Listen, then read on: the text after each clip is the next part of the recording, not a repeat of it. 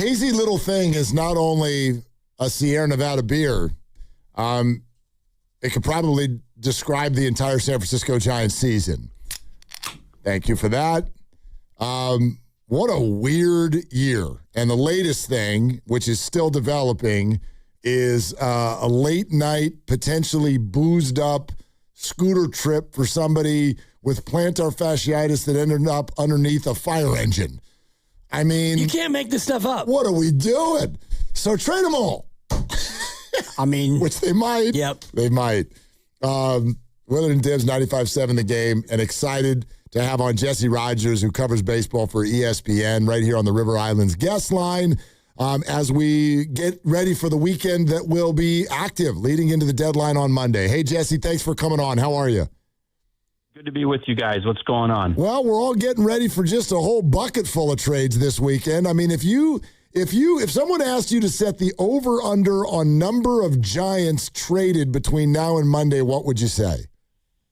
Oh, I'd put it at about 3.5, maybe. Yeah, I think 3.5 is a good number. Maybe 3, something like that. I think certainly we know some of the names that are absolutely going to go. Robbie Ray is at the top of that list. Luis Arraez as well. So there's 2 right there. So find me 1 or 2 more, and you've got the over. So it's going to get very active very soon. I keep telling my wife that it's going to happen. It's going to happen, but it's been slow. Obviously, prices are really high. I know you hear that all the time, but it's the truth. And deadlines make it happen. That's a simple fact. So it's Monday afternoon. We're still on Friday. I expect it to pick up certainly by Sunday. Maybe something starts tomorrow or even tonight. There's rumors about Freddie Peralta. I think we're sort of entering the kill zone very, very shortly, and the Giants will be involved. You nailed the line, by the way. I opened it unofficially at 2.5, and it moved to 3.5, and some are even flirting with 4.5 amid all of the names that are out there. Is the market, Jesse, kind of waiting for Tarek Skubal when it comes to the pitching side of it? I don't get that sense. If they are, they're really going to have to wait here because the Tigers are just starting to engage in a serious way. They haven't really done it. Now, I think it'll go quick. Obviously, it has to. I think, obviously, the losers of the Skubal sweepstakes, if you want to call it, will need to pivot. But that's just 2 or 3 or 4 teams at most. So I don't think it's holding it up. I just think it's the high prices. It's a seller's market. There's some good pitching out there. And I think that teams are asking for a ton for rentals and for controllable pitchers. It's kind of the same every year, and then it comes down at the last minute, or at least we think it will. So I don't think it's Skubal necessarily, but it could be for a couple teams. If he goes, Jesse, and don't worry about it, we're desensitized to the whole thing now. Is he going to the Dodgers? And if he does, how will other owners take that? Well, I don't know about other owners. I know how the public will take it, though. The public's going to be like, okay, that's it. Enough is enough, right? I'm not 100% guaranteed in my mind that he's going to the Dodgers. I've always thought they'd be in the mix. I really do think Milwaukee's going to make a push. I do.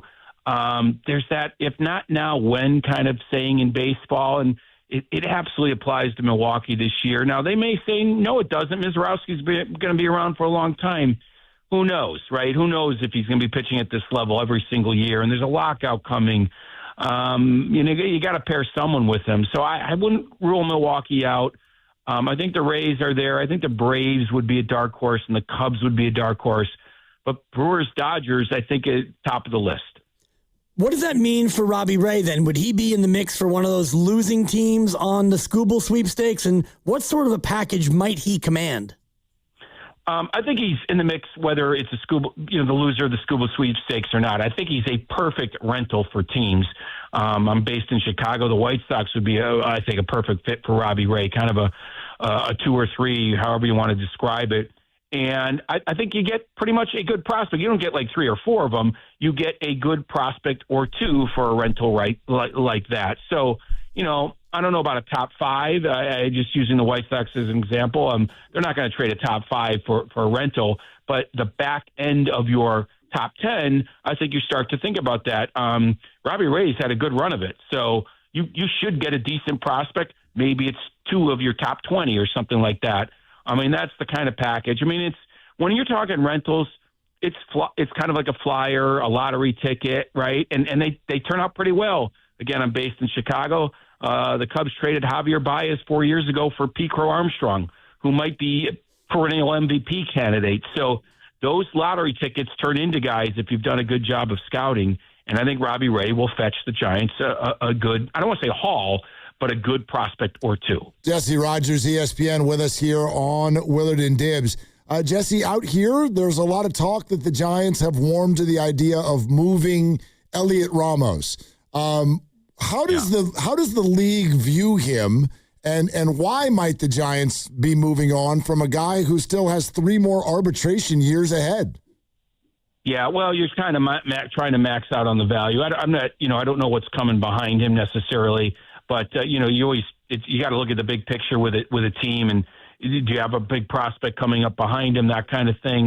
It's also this time of year, you just gauge value and things like that. I mean, Buster, I think there's a good chance for him to gauge value on a lot of players. He's probably gauged it on Devers and Adames and Chapman and not heard great things back. So in some ways, Ramos is tradable. So that's why you listen on him. And if something strikes you, you cut the deal. It also could be something you take to the off season. It's weird to sort of think of it this way, but there's just 2 times a year these GMs talk trades. It's now and it's November, December. So many deals don't get done now. Mackenzie Gore was talked about a lot last year, didn't get done till the off season. So I think that's part of it, just listening and thinking about it. And he's kind of tradable is the point. Yeah, and some of these guys seem more tradable than others. And Luis Arraez is somebody who we all fell in love with the way he commands the bat here at Oracle Park. Is he going to be that coveted to where the Giants could get a Robbie Ray-like package in return? Yeah, I think so. I think you're talking similar kind of thing, a decent prospect. Again, not a top 5 in anybody's organization, but he's valuable in this day and age in the playoffs. He could fit into a bunch of lineups. We can go down the list. There's a lot of teams looking for some hitters. So, yeah, I think when you get a few more than 2 teams involved, or even just 2 teams, I think in this case, the kind of year he's having, the kind of defense he's playing at second base, I think, yeah, you can get a decent prospect for him. Jesse, there's an interesting conversation going on out here as well about the Giants right fielder in Jung Hoo Lee, and that the Giants might have been open to listening on him, but then sort of have decided against it, but mainly for marketing reasons. Do you think the Giants are in love with Jung Hoo Lee, the right fielder, or Jung Hoo Lee, the marketing machine? You would know the marketing question better than I do, but I do think they do like him. I mean, I think that. I mean, he's signed till 29, for God's sakes. He can be a kind of cornerstone guy. So if you start training, a bunch of these cornerstone type guys, what do you have left, right? You can't trade some of those other contracts. You might be able to trade this one. Maybe you can get a haul. I mean, this is what I'm talking about. You listen, and it goes back to like the Mason Miller trade. I mean, the A's got one of the top prospects in the game from the Padres. So you listen in. Maybe someone really loves Jung Hoo Lee or Heliot Ramos, and maybe you pull the trigger. But I don't see why he can't be part of the future there. The type of year he's having, and the fact that he's signed through 2029 kind of makes him, a mainstay unless someone really wants to jump up and get him. You mentioned the big 3, Devers, Adames, and Chapman, and Devers to me is probably a non-starter because the contract, and Adames maybe similarly, but Matt Chapman, if he waived his no-trade clause, would you be stunned if he was somebody who got moved? No, I would not be stunned if he did that. I think people see some upside in him. Obviously, that ballpark can do things to guys that free agents that come there, and maybe it has impacted Adames, but certainly maybe Chapman as well. So I could see that. Yeah, I mean, I think Buster Posey would love to get out from under one of these big ones, and Chapman would be one of them for sure. Jesse, I'm going to ask for a little speculation on your part, but I think it's something that's been talked about a lot. Buster Posey and the man he hired in Tony Vitello, very inexperienced at their jobs, and at times that showed this year. What do you think Buster maybe has learned or would like to do differently going forward? Make sure you have sort of the right guys in the room. I mean, that's the thing. It's like, Buster was good in the room as a player, right? From all accounts. You guys would know better than I do. Yep. Yeah. And so I kind of view it as the Michael Jordan coaching thing, Michael Jordan would have made a terrible NBA head coach because nobody was going to live up to his work ethic or skill set. And I think Buster's being reminded of that you need the room to have the right leaders. And it's really good if your best players are your best leaders. But that's not necessarily the case here, especially this year. And Devers probably will never be, right? But he's a good player. And he actually kind of hits well in that park. Like, he's got that left center thing going where he doesn't just have to pull the ball for home runs. It's not a horrendous season out of him. It's not a great season, but it's not horrendous. So I think that's what he's kind of learned. Like, you got to have the right players. And it's a tough spot to hire that manager. And I spent time with Tony, and, he's engaging, but it's just a tough spot. You got this veteran group, kind of the best players are not necessarily the best leaders. And now you have this first-time manager that has to earn the trust. Like, just so much easier to have somebody walk in there and have the trust, which I guess they thought they had in Melvin, but, it didn't click. So I think he's learning all these little lessons along the way. It was just a tough thing. Young president of baseball operations hiring a young manager with a veteran type of club, at least the main players. Tough mix. And in your opinion, has Tony Vitello learned enough and navigated it well enough to deserve another crack at it? Tough to say from my seat. I think he does probably deserve another crack. Everyone, talks like, does he want another crack? Like, does he really know what he signed up for there? But, it's such a learning curve. You can learn a lot in a year of managing baseball. And you learn more through negativity or through struggles sometimes. It would suck if it's a one and done just for everybody, like starting over. But it's possible. I don't think Buster wants to give in that way. And if Tony is saying the right things, like he wants another crack at this, maybe they've all learned enough lessons that they can turn this thing around. Never easy in that division. But you can't really think about the Dodgers. You just got to think about yourself and play better and see what happens. Jesse, we know a lockout's coming, but how bad? How long? What do you think's going to happen next year? Yeah, I'm on the they're going to miss games bandwagon at this point. Not bandwagon, but train, I guess. I think the union has a hardliner in charge. Like, not saying that in a bad way. Like, he knows what he's doing. And he knows to get the best deal, you have to threaten to miss games and actually miss them. And it does feel like ownership, especially if the Dodgers win again, is going to say, hey, man, if we're going to get a salary cap, it's either now or never. And so I think they're going to hold tight as well. And there's nothing to negotiate, really, until they pick a system with a cap or without a cap. And that's going to we're going to go all the way probably till April. I think missing April has always been sort of like, not the nuclear option because April baseball, bad weather. You're sort of willing to do that, in a worst case scenario.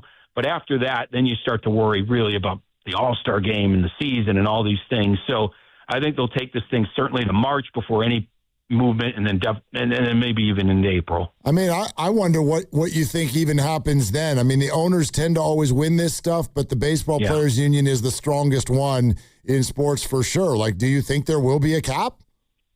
So I'm just going to – I don't know. But I will only say that as I look at the other three sports, when ownership wanted it to happen and really went to the mat, it ended up happening. Yep. So, it's easier to keep 30 owners in line than 1,200 players. But having said that, this is the strongest union maybe in the country, right? The MLBPA. So I can't predict it. So just my spider sense says, look, if they really want it, it's the owner's game. They hold the ball right now, right? They're the pitcher in this. If they hold it long enough, they'll probably get what they want. Jesse, great stuff, man. Thank you so much for hopping on our show. Sure, anytime. Be well. Okay. Guys. Yep, you too. Jesse Rogers, ESPN, with regard to the trade deadline. I was actually a little surprised that he set the number where he did. You said it at 3.5. I'm taking the over. Yeah, you nailed it, but I mean, I think it's the right number, but I don't have any hesitation in betting the over. I would have a little bit just because trades are hard, and if you want to talk about like your Brubakers and your Henchesses, like, sure, does a team really want to? Brubaker? Does a team really want to get those pitchers to be a part of their contending pen? Yeah. I mean, they're not great pitchers. Everybody's terrible. Yeah, Thank you, but bullpen guys, like I get it. There's always arms. a lot of bullpen arms that change teams at the deadline. And if you're the Giants, you're willing to take cash considerations and maybe prospect with 31. You know? Just whatever. I mean, I love money, obviously, like everybody else. I mean, think about it this way. If we all agree that Ray and Arraez are going, and there have been reports that those close to the team say they'd be surprised if Ramos doesn't. Well, there's your three right there. That's an easy three. All I need is one reliever. That's a surprise, like the Heliot Ramos thing, the way it's kind of developed over the past week or so. And maybe it was a slower build and I just missed it. But you mentioned it to Jesse Rogers. They have 3 years of team control. Mm-hmm. But if you're trying to get back to your core of pitching and defense, well, he's not a great defender. It's a fit situation, I think, is what they and you maximize the value by doing it now. He's actually, he's back healthy and hitting the ball pretty well. I'm not saying I don't like the hitter, but if you've got Heliot Ramos and you know damn well your DH spot is full. I mean, you're already going back and forth with Devers and Eldridge. So you're not going to use him as a DH. Okay, you're going to use him as a left fielder. He's not a good one. And then you've got all of this other stuff that you're trying to figure out on your diamond. You haven't found a center fielder yet, so you might be moving your former center fielder, who's now your right fielder, kind of back to center field. And then you have a lesser defensive player in center field and a lesser player in left field. Plus, you've got some outfielders coming up, Bo Davidson, etc., who you're excited about. It's just a timing thing. So I've wrapped my head around it. I don't know for sure that it's going to happen. I like Heliot Ramos, and he's in his 20s with a ton of team control on the cheap. But I get it. I get it in terms of unlocking some of the other parts of the diamond for this particular roster. And I feel anyway, like they're locked at a number of different spots, and shortstop will be one of them. If he continues to be here, you're going to want to move him to second, and you can free up second for now by trading Luis Arraez. Casey Schmidt's not going to play it, but into next year, Casey, you're our second baseman. You could open up third base, and that's why I asked about Matt Chapman, and Jesse wouldn't be shocked if he waved the clause and he got dealt. And honestly, if you're a bigger market, bigger spending team, you're probably not that scared by the contract. Yeah, probably not. Probably not. And now Arraez gets affected by that, and I know he's going. For everybody who doesn't want him to go, I'm almost sure he's going. But if you do trade Chapman, if you're able to find a taker there and he waives the clause, and in theory, in your mind, you're like, all right, Casey Schmidt's our third baseman starting next year. Well, that reopens second base. The Giants have a ton, like their top prospects are middle infielders, but they're young. They're really young. So I don't think that means you keep Luis Arraez, but boy, if you were to trade Matt Chapman, I'd sure wink Luis on the way out the door. I'd be like, we're trading you, but oh, by the way, here's your contract offer. Here's your 2 or 3 year offer for next year.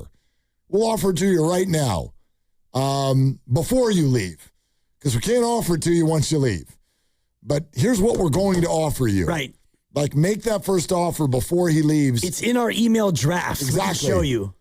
Because then you could have Schmidt at third and Arraez at second. As long as it's not too long of a deal, you've still got a runway for some of those young middle infielders you're excited about. Yeah, and I'm looking at the MLB list right now. Your top 4 prospects are second base, shortstop, all 4 of them.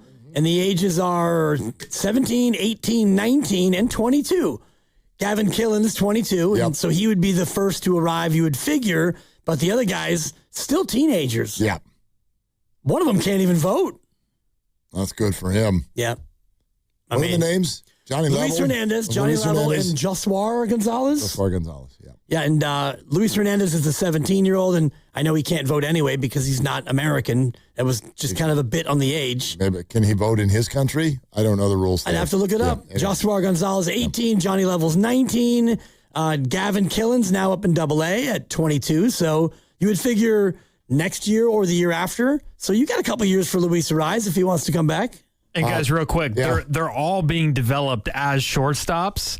So they're all at the same level, basically. So one's playing second base one night, one's playing third, one's playing short. It's kind of crazy right now. And one's name is level. So there's that too.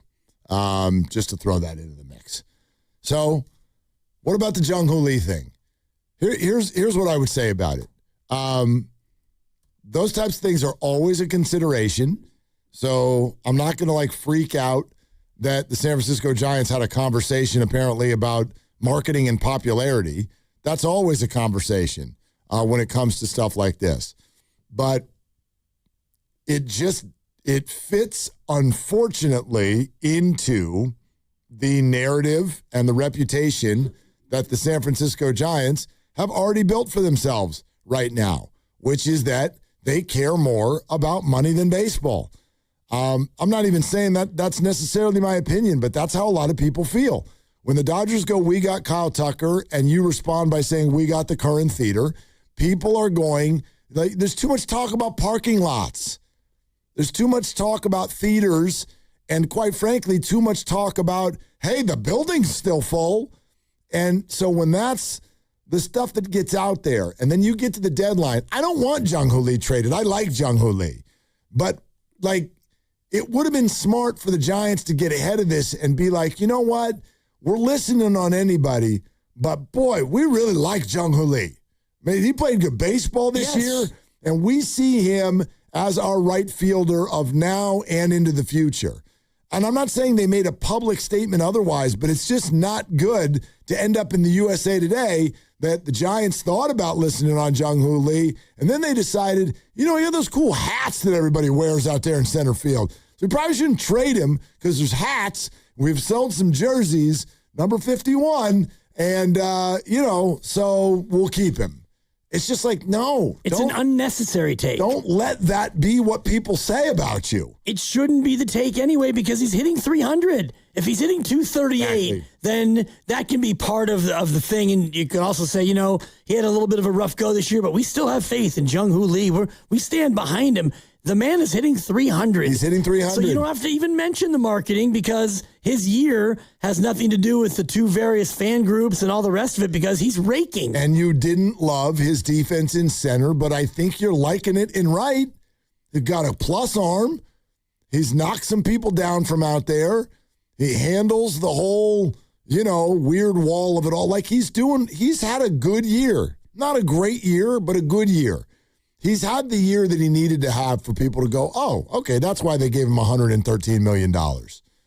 He's a good player. Yeah, no doubt. So make that part of the narrative. Yeah, come out and say that. Boy, we'll listen on anyone, but we love that guy. He's playing good out there in right field.